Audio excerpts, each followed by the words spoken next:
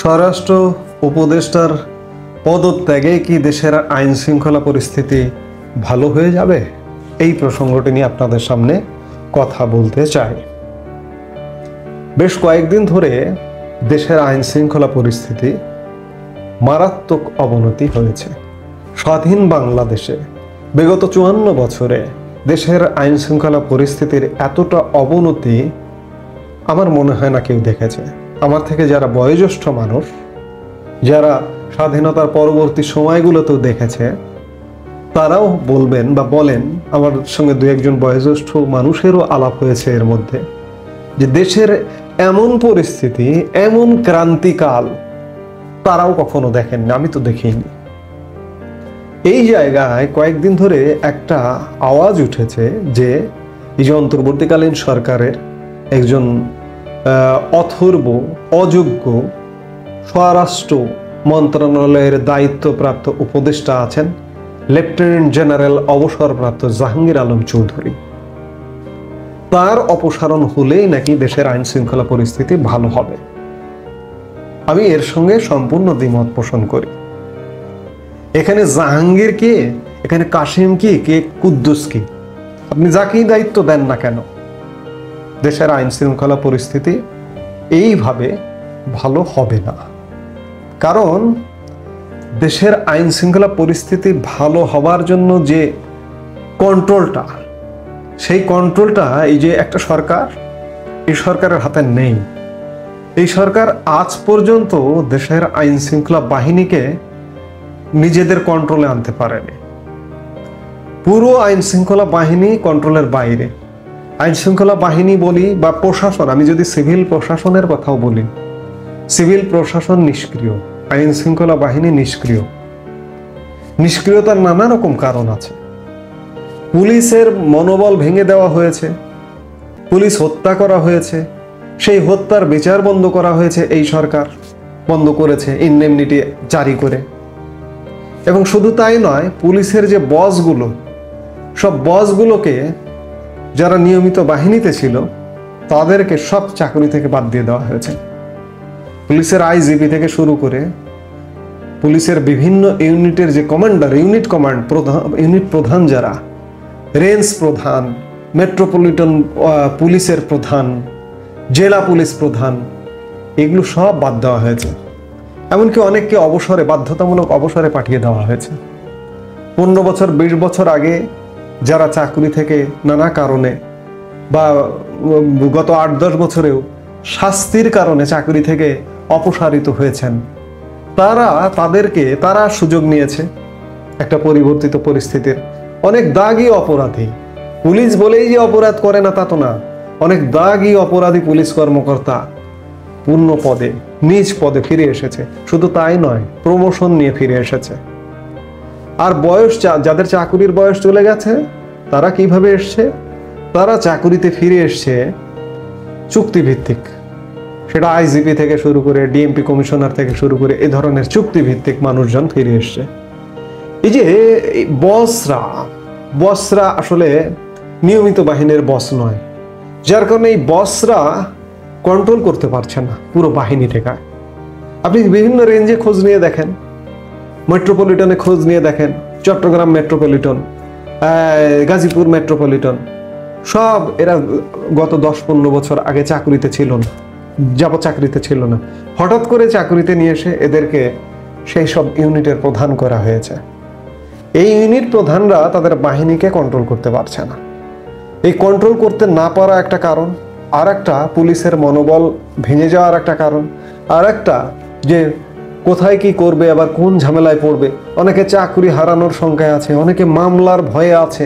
এই যে গণহারে বাহিনীর লোকজনের উপরে যেভাবে দোষ চাপানো হচ্ছে, মামলা দেওয়া হচ্ছে, চাকরি থেকে অবসরে পাঠানো হচ্ছে, এবং ওএসডি করা হচ্ছে, নানা রকম আতঙ্কে আতঙ্কিত, যার কারণে আসলে সত্যিকার অর্থে বাহিনী কাজ করতে পারছে না। এবং বাহিনী কাজ করতে পারছে না। আর আরেকদিকে যেটি, যে এই যে সরকারটি এসছে, এই সরকারটি হচ্ছে সন্ত্রাসের, জঙ্গিবাদের পৃষ্ঠপোষক। সন্ত্রাসীদের ছেড়ে দিয়েছে। আমি বারবার বিভিন্ন বক্তব্যে বলি, আমি গতকালকেও বলেছি, বিভিন্ন সময় বলি, সন্ত্রাসী, শীর্ষ সন্ত্রাসী যারা, তাদেরকে ছেড়ে দিয়েছে। জঙ্গিদের ছেড়ে দিয়েছে, এমনকি জেল থেকে পর্যন্ত পালিয়ে গেছে। জেল সুরক্ষাও নেই, জেলখানায় যে কোনো সময় যে কোনো ঘটনা ঘটতে পারে। জেল থেকে পালানো যায়, আবার জেলখানায় হত্যাকাণ্ড ঘটতে পারে, জেল হত্যার মতো ঘটনা ঘটতে পারে। জেল অরক্ষিত।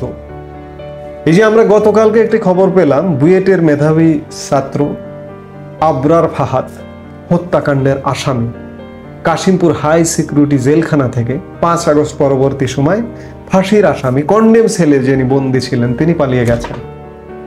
এরকম যে কত শত শীর্ষ সন্ত্রাসী জঙ্গি পালিয়ে গেছেন তার হিসেব নেই। কত শত হাজার হাজার অস্ত্র লুট হয়েছে 5 আগস্ট পরবর্তী সময়ে, তার হিসেব নেই। আমি যদি এই মুহূর্তে বাংলাদেশকে বলি একটা যুদ্ধ বিধ্বস্ত বাংলাদেশ, একটা যুদ্ধরত বাংলাদেশ, ভুল হবে না।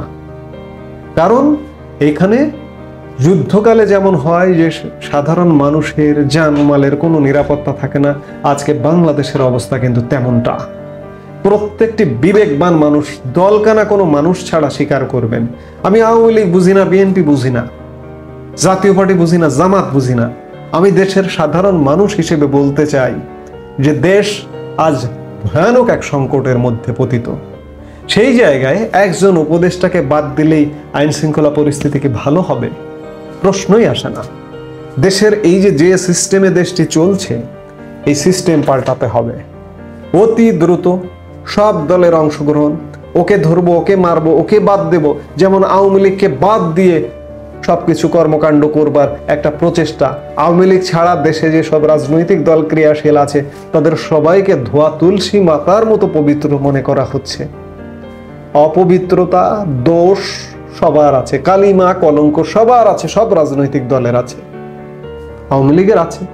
আওয়ামী লীগ রিসেন্ট শাসন করে গেছে বলে আওয়ামী লীগেরটা বেশি সামনে আসছে, কিন্তু ভাই অন্য যে রাজনৈতিক দলগুলো আছে তাদের নেই, প্রত্যেকের আছে। কাজেই সব দলের অংশগ্রহণ দিয়ে একটি সাধারণ নির্বাচন অনুষ্ঠান করে রাজনৈতিক সরকারের হাতে ক্ষমতা হস্তান্তর না করলে, আপনি জাহাঙ্গীর বলুন আর ইউনূস বলুন আর নজরুল বলুন, সবাইকে অপসারণ করে দিন, দিয়ে আবার আর একজনকে রিপ্লেস দিন, সেই আর একজন অভিজ্ঞতা অর্জন করতে করতে তার জীবন শেষ, এদিকে দেশের 12টা বাজে শেষ। কাজেই এই জাহাঙ্গীর, কুদ্দুস, কাশেম চেঞ্জ করে কোনো লাভ হবে না। লাভ হবে অতি দ্রুত একটা শৃঙ্খলাপূর্ণ নির্বাচন, এবং নির্বাচন করে নির্বাচিত সরকারই সিদ্ধান্ত নেবে সংস্কার করতে হবে নাকি কাকে বিচার করতে হবে, কাকে আইনের আওতায় আনতে হবে, দুর্নীতিবাজকে ধরতে হবে, শীর্ষ সন্ত্রাসীকে ধরতে হবে, জঙ্গি ধরতে হবে। সেই নির্বাচিত সরকার সেই দায়িত্ব পালন করবে। আপনি দায়িত্ব পালন করে কোনো লাভ হবে না, আপনাকে দেশের জনগণ মানবে না। আরেকটি বিষয়, রাজনৈতিক দল, যে রাজনৈতিক দল ক্ষমতায় আসে সেই রাজনৈতিক দলের সারা দেশব্যাপী কিন্তু বাহিনী থাকে, তাদের নিজস্ব দলীয় কর্মী বাহিনী থাকে।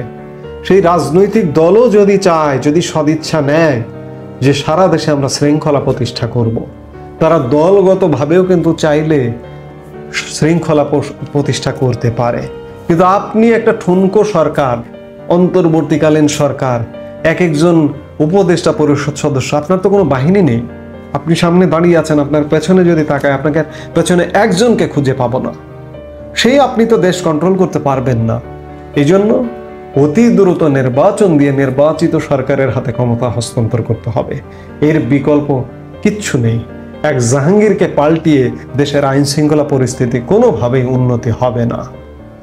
পাল্টাতে হবে সরকার, আনতে হবে নির্বাচিত সরকার। এই মুহূর্তে এ পর্যন্তই। সবাই ভালো থাকুন।